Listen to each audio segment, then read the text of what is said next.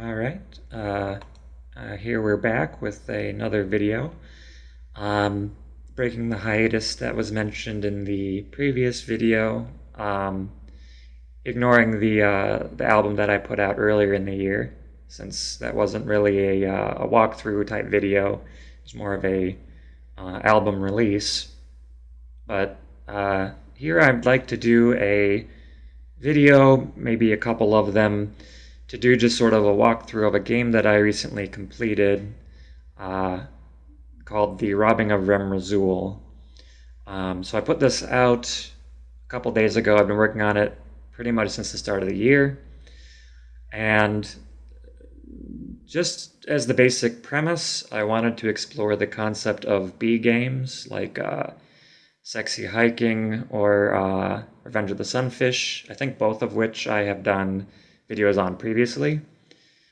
Just in general, the idea of sort of B games and sort of these old kitschy game maker games from back in the day was something I wanted to explore, and so that's sort of borne out in this game.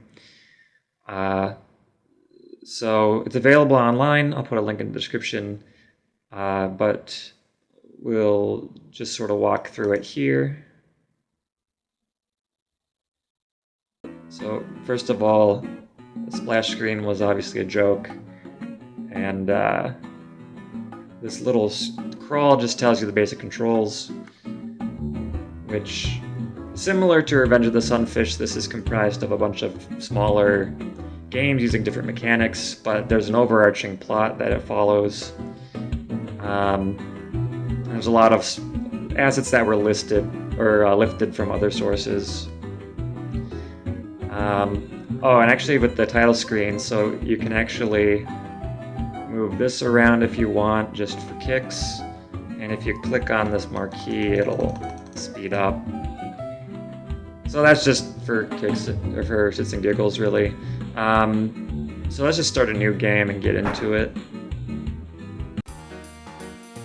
Okay, so right away you can see basically the level of art quality to expect from this game. And the basic premise is outlined in the top. Basically, there's Scooby-Doo and the Ghoul School. There's a movie that apparently Rem Rasul owns, and it's been stolen. So he wants to look into it, but first he has this other case that's come up. So first we're gonna just take this paper and... okay, there we go. I'm using the gamepad for this because it's easier to use for a lot of these parts. For this, where you're just sort of walking around, not as much, but anyway. Okay, so the letter states basically that there's this woman that thinks her husband is cheating on her with this cocktail waitress, and he meets her at this casino. So we're taking the case, and so if you try to leave here, so he needs his cigarettes, and it's in the cabinet, which we have to hit a bunch of times. There we go. Alright, so that's it for this screen, very simple. This part is basically like a spy hunter type segment. She lasers at cars, trying to get to this casino. And if you know anything about game maker development, especially before it was sent over to Yo-Yo Games and it was being maintained by Mark Overmars, these cars are basic assets that came with one of the it was either with the original game or with one of the more popular sprite packs. There were a handful of those that were floating around back when. Yes. And in going over the cars, there's the yellow ones, which die in one shot, the green ones that die in 3 shots, and these police cars which die in 2 shots. But the police cars will also follow you around, so they're kind of a pain. And getting the cigarettes will bring your health back up. So this segment isn't too bad, it's just a matter of not getting hit and keeping your cigarettes high. Obviously, if you do get hit, your meter goes down.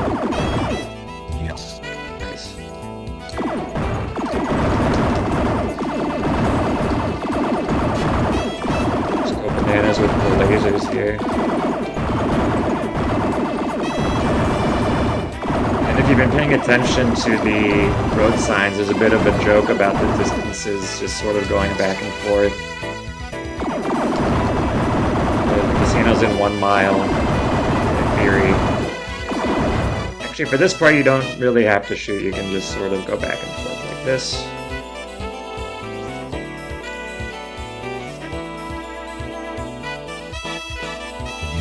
Same here. The green cars do follow you to some extent, but not as aggressively as the police cars. Since they take so many hits, it's easier just to dodge them. There goes the casino sign. Alright, so for this part, you're gonna want to just mash all the buttons. Well, really just one button. Sort of weave back and forth like that. Now we've fallen into the casino. So now we switch over to like an adventure game kind of format. So we've arrived at Casino, which is the name of the casino. And we'll take a look around. There's a staff schedule, so we'll pick that up. And you see that there's a couple of names here that we'll note for later. Well, a couple of them anyway, some of them, okay. There's a television up here, which you can turn on. And if we look at that, it says it's playing Scooby-Doo meets the Boo Brothers. And then talk shit about it because it's not as good as the other ones. Here's the slot machine, which we'll get to in a moment. Here's a bartender, and he's got like a glass bottle of gin. He's wiping down the bar. We can't actually do anything with him right now because we need to trigger this event first. So there's this roulette wheel, and if you watch it spin, it doesn't really do anything. But if you try to touch it, then the roulette ball jumps right out of it and it breaks the wheel, and you hear this glass breaking on elsewhere. So now if you go back, you'll see this little Donkey Kong token. Pick that right up. And now if we interact with the slot machine, you can put a coin in, and then you can start rolling. So you get 3 plays. The first 2 always lose, and the last one, predictably, you win. And actually get a drink voucher out of it, so pick that up. And then we'll walk here, and if you talk to the bartender, they'll ask what you'll have. And this is where these option buttons come into play. It's for choosing dialogue. So let's go with the Appletini, obviously.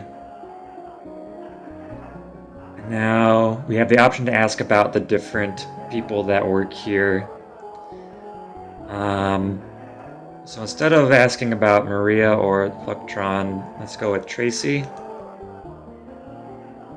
It turns out he's Tracy, and his counterpart is Sam. So we talk about Sam. And then you can ask her, you can get some more flavor text. In general, you can interact with a lot of different things in this section, and I encourage you to do so if you do play it, because I put in a lot of flavor text for non-standard actions and things. But let's just ask about the client's husband, Mr. Yang.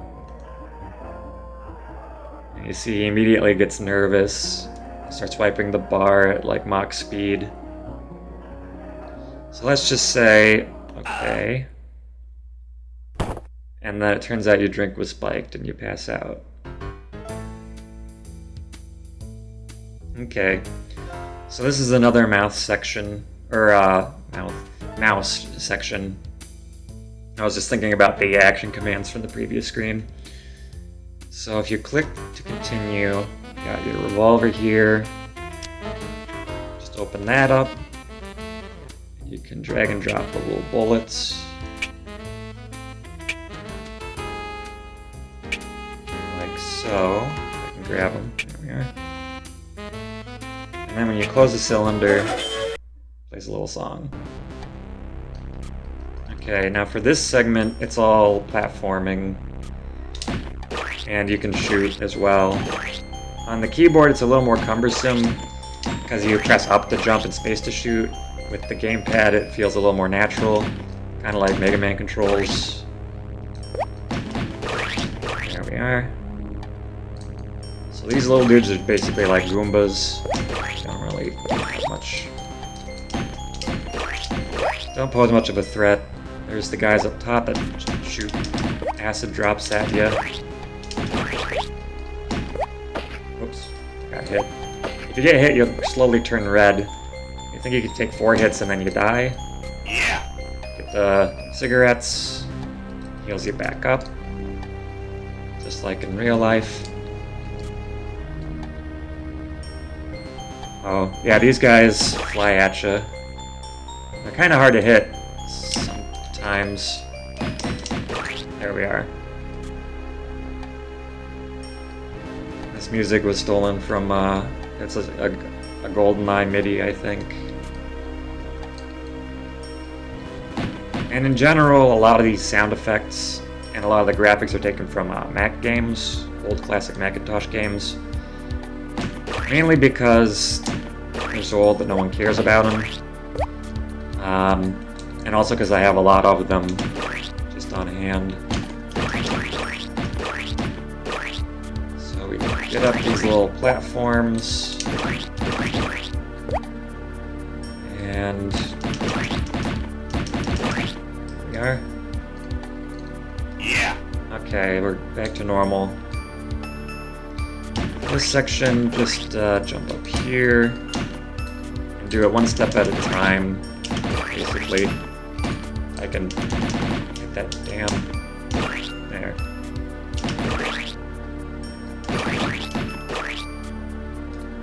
Okay. The nice thing is that if they're off screen, the enemies won't like come after you.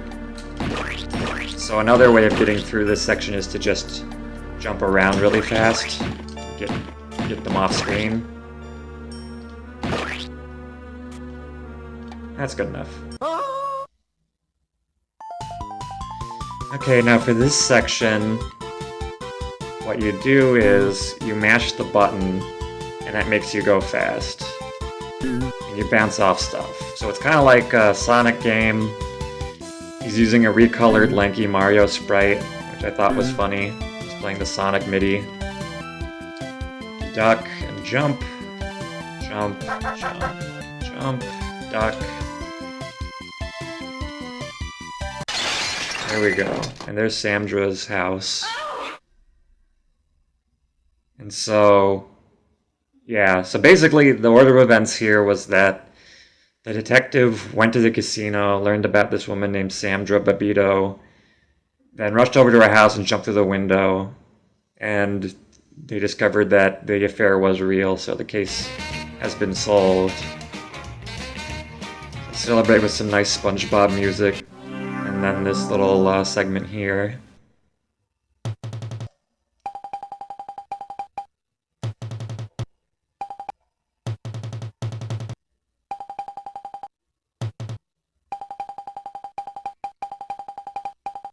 Oh my my! Nice, a cool 1800. Now here's a brief visual novel type section. It's really just to have a bunch of dialogue. So I'll just skip over it. Basically, it's saying that now that the ink case is over, he's looking back into the tape that got stolen. He was passed out drunk. Someone snuck in and took Scooby-Doo in the Ghoul School. And there's no evidence, basically, that points to who did it.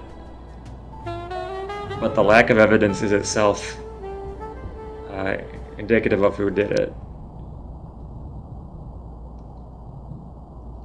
So now it's time to check out the sound he heard.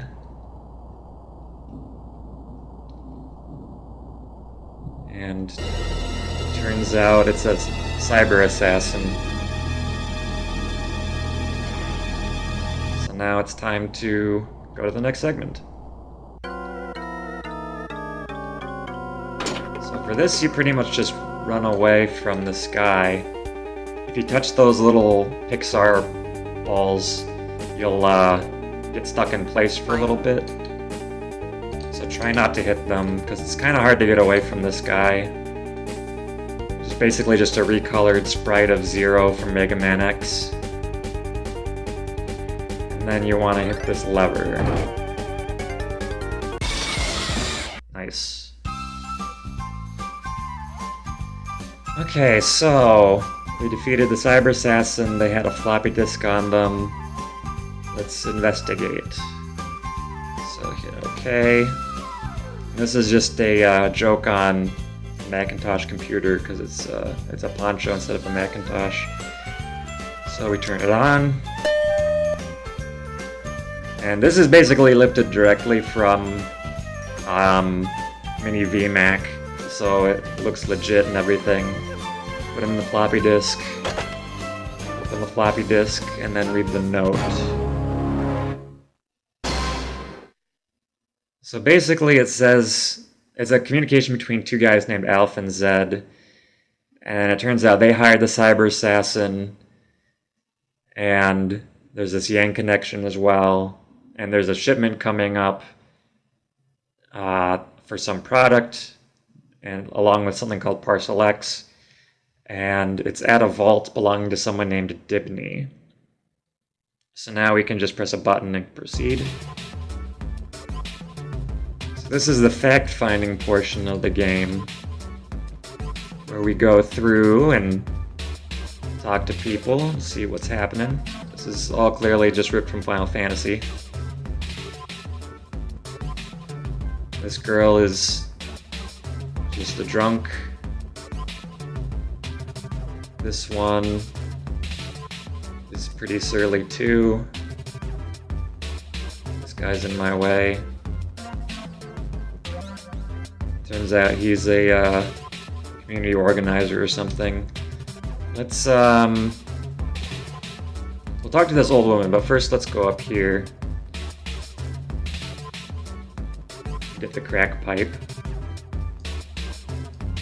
And then give it to her.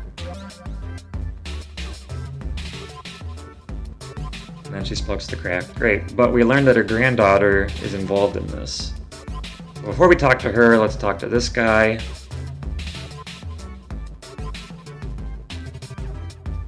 Doesn't care about the law. There's also this telephone here,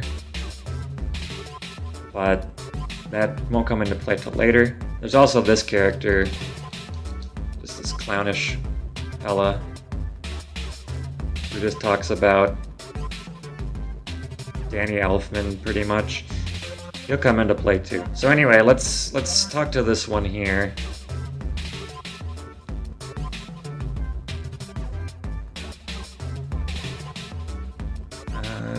So he ran a record store out of a warehouse, and then she tells you to fuck off. So let's talk to the music man here.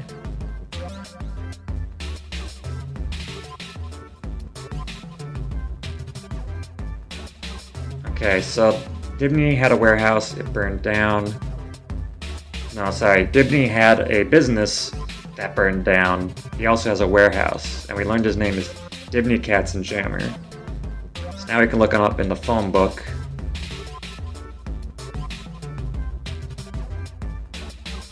But then we're immediately accosted.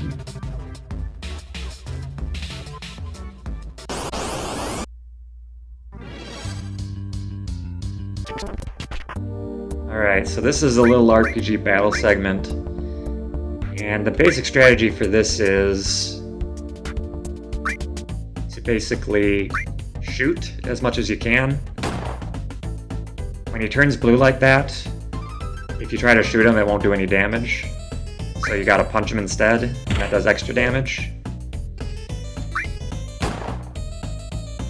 So we keep doing that. And once your health gets too low, you can drink to refill it.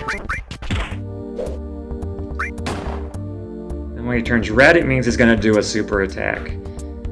So what you want to do is block that, or drink if your health is too low. Blocking will reduce the damage by half, and usually after that you're going to have to want to drink anyway, to keep your health up. So that's the basic strategy of this. It's not too complicated. It's just a matter of keeping on your toes. It's basically just a more complex form of rock, paper, scissors. And if you do get hit by that attack without blocking, you pretty much have to drink after.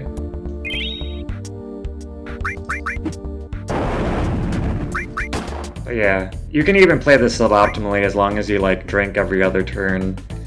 You'll probably be okay. Christ, he keeps using that attack. Nice. Okay, so we're about halfway through the game now, and looking at the timing. Yeah, I think that I will split this out into a separate video. So yeah, I hope you enjoyed sort of this return to form and the game so far. If you want to play it or see the rest of it, feel free to download it from the link, or just wait for the next video, which should be like in a day or so. But yeah, until then.